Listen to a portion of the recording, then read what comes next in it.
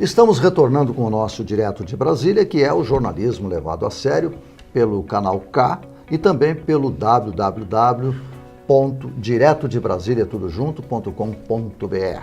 Hoje estamos recebendo o candidato à presidência da República, o deputado Jair Bolsonaro. E o Campos deixou uma pergunta para ele aí. Deputado, o senhor vê algum temor pela sociedade em relação à intervenção militar? Tem uma parcela da sociedade que o tempo todo está falando em intervenção militar. Eu já conversei com eles, eu converso com todo mundo. Tá? E o sentimento deles é exatamente a questão de valores. Naquela época tinha problema? Tinha, mas a corrupção não estava nesse nível. Tínhamos pleno emprego, tínhamos liberdade aqui dentro, tínhamos segurança. Tá? É só quem acha que eu estou equivocado, converse com o teu avô, né, com o teu pai, se ele tiver mais de 60 anos de idade, para ter uma fotografia daquele momento. Não tem governo perfeito, mas não é o que aconteceu. O que pregam o tempo todo. Então, o que esse pessoal dito intervencionista prega é exatamente isso. Temos que ter respeito. E hoje em dia eles encontram quem para possivelmente fazer isso? Vem as Forças Armadas.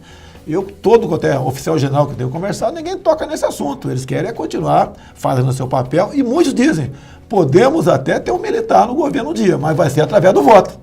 Com certeza. É basicamente isso que esse pessoal pensa. É porque né? Aqui, deputado, a gente não tem aquela preocupação do politicamente correto. Então, se a gente não vê os militares, houve exagero de parte dos militares, houve exagero de parte da luta da esquerda, houve. Matou-se gente de um lado, matou-se gente de outro lado.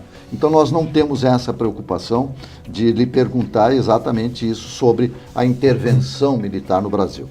Mas o senhor nota, o senhor sente que existe um desejo de ter uma disciplina, porque hoje tudo que se fala é segurança. Problema de segurança, chama os militares. Problema de segurança, chama os militares. O senhor acha que é essa a função? Olha, você poderia até chamar, mas com planejamento. No Rio de Janeiro, é uma intervenção política, não teve planejamento nenhum. A decisão foi dentro do Palácio do Planalto e o próprio comandante do Exército e o comandante militar lá do leste ficou sabendo no dia seguinte.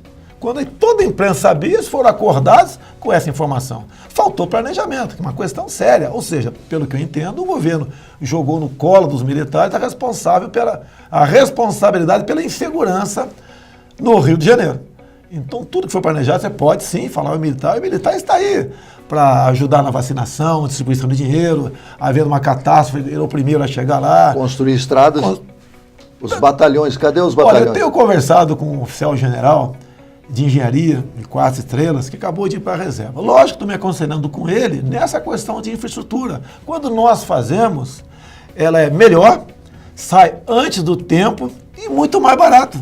Então, um exemplo que nós temos, eu pergunto para ele, qual a participação nossa nessa área? Ele falou, é pequena, porque temos pouquíssimos batalhões de engenharia. Nós representamos 1% das obras no Brasil.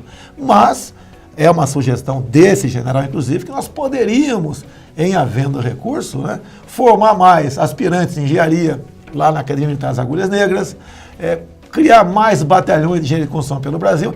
E uma sugestão, outra muito boa, vamos supor que tem uma obra de 500 quilômetros.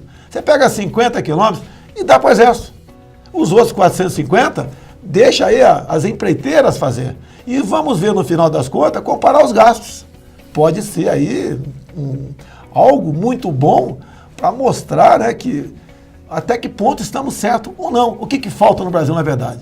Hierarquia e disciplina. Nem dentro da nossa casa. É uma família. Você, por exemplo, tua esposa e 2 crianças. Se em alguns casos não for você ou tua esposa que vai estar na frente, não vai dar certo a educação dos filhos. Deputado, inicialmente a intervenção era só na cidade do Rio de Janeiro, mas foi ampliada. Né? Como é que o senhor vê essa mudança agora para todo o estado do Rio de Janeiro? Semana passada, tinham 70 operações no papel. Todas foram canceladas porque os recursos não chegaram. Você tem, ao decidir uma questão dessa, 1 mês, 2 meses antes, você tem que vir planejando tudo aquilo. Não foi feito. Agora, a violência não é no Rio de Janeiro apenas, no Ceará, em Pernambuco. Paraíba. Quase em todos os estados do Brasil, não quero ser aqui, falar o que eu não sei, né? Mas em quase todos os estados do Brasil tem problema. Então, o problema é seríssimo em Roraima agora. Por que não se fala em Roraima? Não tem densidade eleitoral. Lá equivale aproximadamente 0,3% do eleitorado brasileiro está lá. Agora a violência está lá, avolumado com a migração em massa de venezuelanos. Então falta planejamento. Mas a insegurança que me permite aqui, o que você tem que dar é uma retaguarda jurídica para o policial civil e militar poder agir.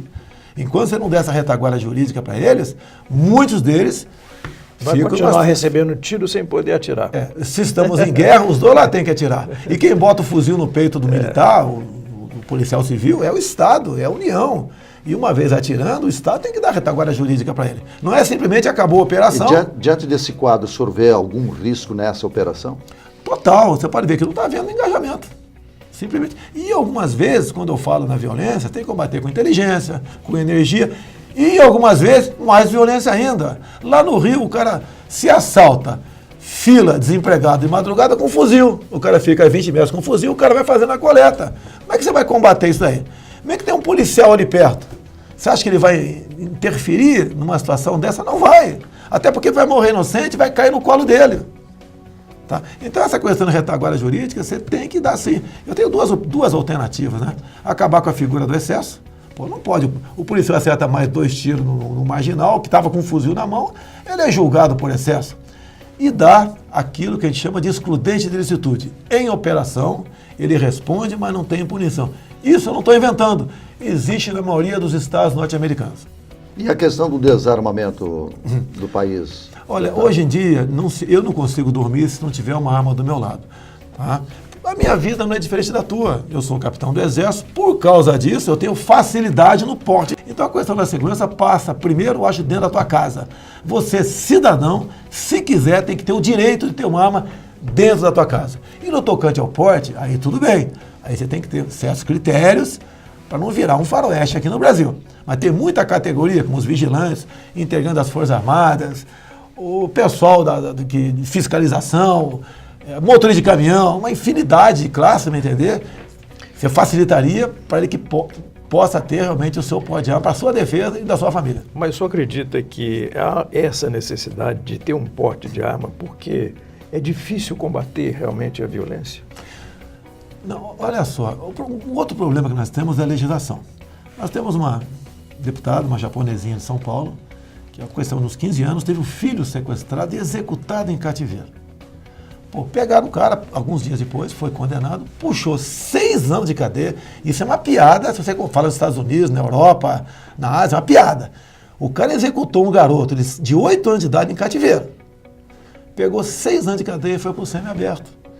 A legislação brasileira é o estímulo a você não fazer a coisa certa. Você tem que agravar essa questão. Até mesmo o Hélio Gaspari, que não gosta muito de mim por questões ideológicas, né? Não vou discutir isso aqui, ele fez uma matéria um mês no Globo, onde começa uma matéria que eu gostei, né? Até elogiei, quem diria, elogiando o Hélio Gaspari, né? Falando que no balcão de negociações para composições de partido para as eleições, indicar candidato a presidente, está no balcão indulto para os condenados por corrupção. E nessas negociações, o único que não está sendo procurado para discutir esse assunto, indulto para corrupto, é Jair Bolsonaro. Até porque receberia um não, né? Pelo que deu para deduzir aí.